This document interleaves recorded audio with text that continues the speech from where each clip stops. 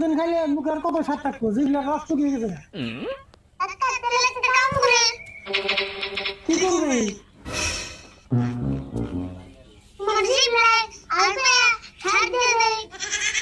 তা বেরিয়ে বছর বাদ দিবি না এমনি মুখে স্বাদ নাই গাছ খেয়ে না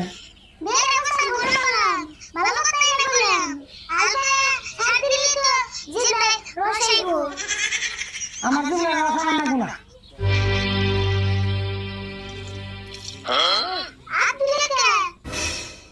বাবার আমার সবজি কিনবে নইলে বাড়ি গেলে ভাত খেয়ে না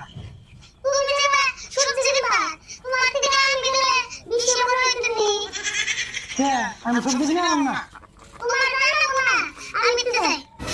তুই যদি সবজি কিনবে তুই সবজি কিনে আনবি